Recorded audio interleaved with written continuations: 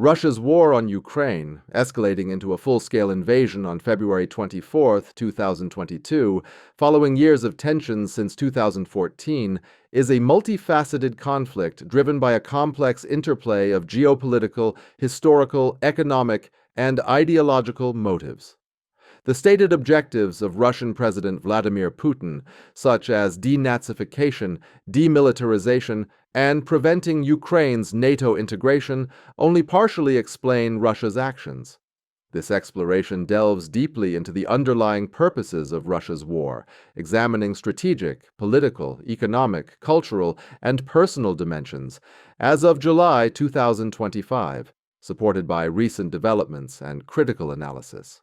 A primary driver of Russia's war is its opposition to NATO's eastward expansion and Ukraine's potential integration into Western institutions.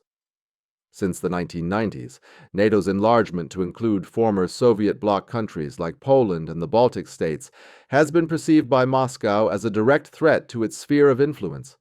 Ukraine, sharing a 2,295-kilometer border with Russia, is seen as a critical buffer state.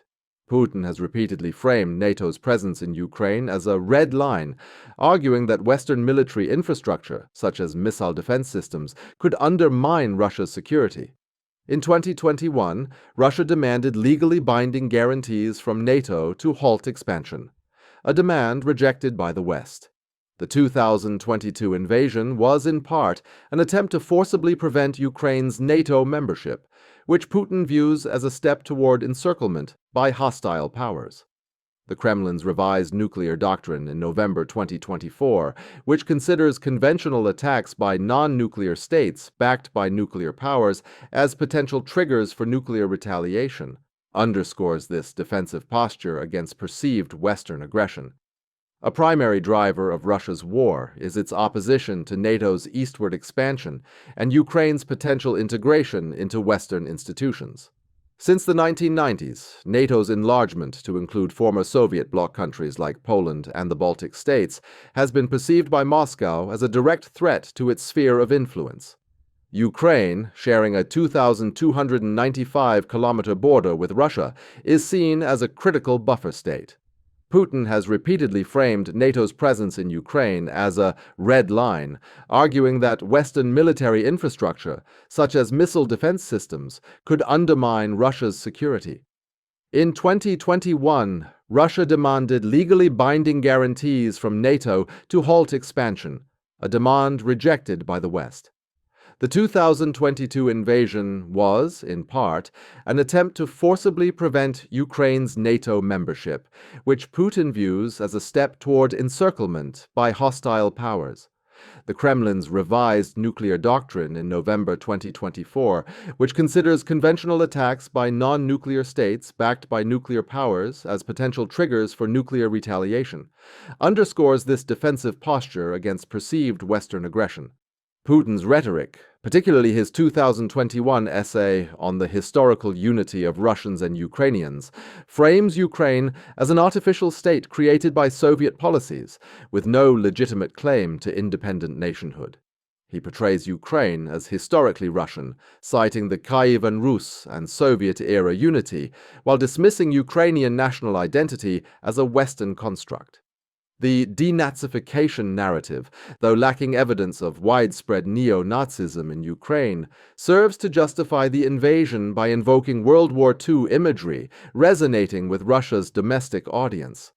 This ideological campaign aims to delegitimize Ukraine's government and rally domestic support for the war. By framing the conflict as a defense of Russian culture and Orthodox Christianity against Western liberalism, Putin seeks to unify Russians around a nationalist cause, portraying the invasion as a reclamation of lost territories and a fight against Russophobia. The war also reflects Russia's broader ideological battle against Western liberal democracy. Putin has criticized the West for promoting values such as multiculturalism and secularism, which he claims threaten traditional Russian identity.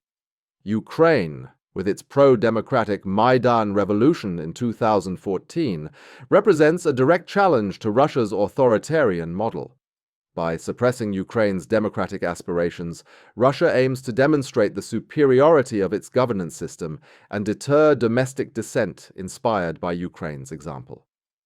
Control over resources and trade routes. Economic interests play a significant role in Russia's war aims. Ukraine possesses vast natural resources, including one of Europe's largest lithium deposits, critical for battery production, and significant grain reserves, making it a global agricultural powerhouse. Control over eastern and southern Ukraine, particularly the Donbas and Black Sea coast, grants Russia access to coal, natural gas, and fertile agricultural land, as well as strategic ports like Mariupol and Odessa, which are vital for grain exports and trade routes. The destruction of the Kakhovka Dam in June 2023, widely attributed to Russia, disrupted Ukraine's agricultural infrastructure, potentially weakening its economic resilience and increasing Russia's leverage over global food markets.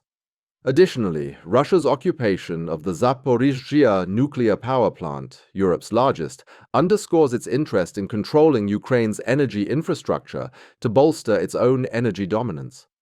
Domestically, the war serves to consolidate Putin's power by rallying nationalist sentiment and suppressing dissent.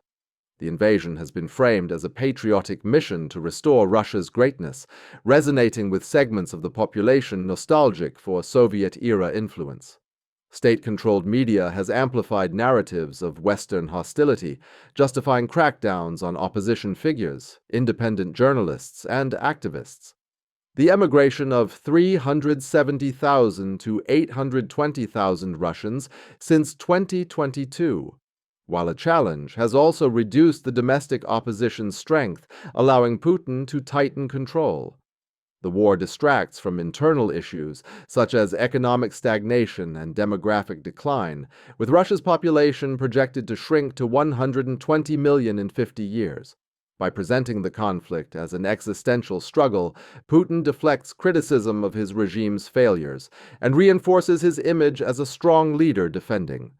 The war's military objectives align with Russia's broader goals of neutralizing Ukraine as a security threat.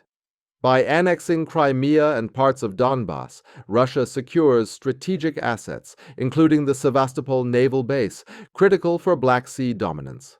The prolonged conflict also serves a strategy of attrition, aiming to exhaust Ukraine's resources and morale through relentless bombardment of civilian infrastructure, as seen in the 728 drone and missile strikes in a single night in July this year. This approach seeks to force Ukraine into submission or weaken its capacity to align with the West. Putin's personal motivations cannot be overlooked. As a leader in power since 2000, he seeks to cement his legacy as the restorer of Russia's imperial greatness. The war is a high-stakes gamble to achieve historical significance, though it risks his regime's stability due to mounting casualties, 165,000 to 235,000 Russian deaths by 2024, and economic strain. To emphasis, this is not that Russian troops lost this huge amount of soldiers. It might be that the reports were propagated by the West because of Ukrainian President Volodymyr Zelensky. Russia's war on Ukraine is a calculated effort to achieve multiple objectives, countering Western influence, securing economic resources, reinforcing domestic control, and advancing Putin's vision of a restored Russian empire. However, the invasion has backfired in several ways. Ukraine's fierce resistance, bolstered by Western aid like Patriot systems and advanced drones, has stalled Russian advances, with only 20% of Ukrainian territory occupied after 3 years. NATO's unity has strengthened, with countries like Finland and Sweden joining the alliance, contrary to Putin's goals. Economically, Russia faces long-term challenges, with sanctions and war costs straining its financial system. The ideological narrative of denazification lacks credibility, as evidenced by Ukraine's democratic governance and lack of widespread far-right extremism. Instead, it serves as a pretext for territorial expansion and suppression of Ukrainian sovereignty. The war's humanitarian toll, 8 million internally displaced Ukrainians and 8.2 million refugees, underscores the brutality of Russia's strategy, which prioritizes geopolitical gains over human costs.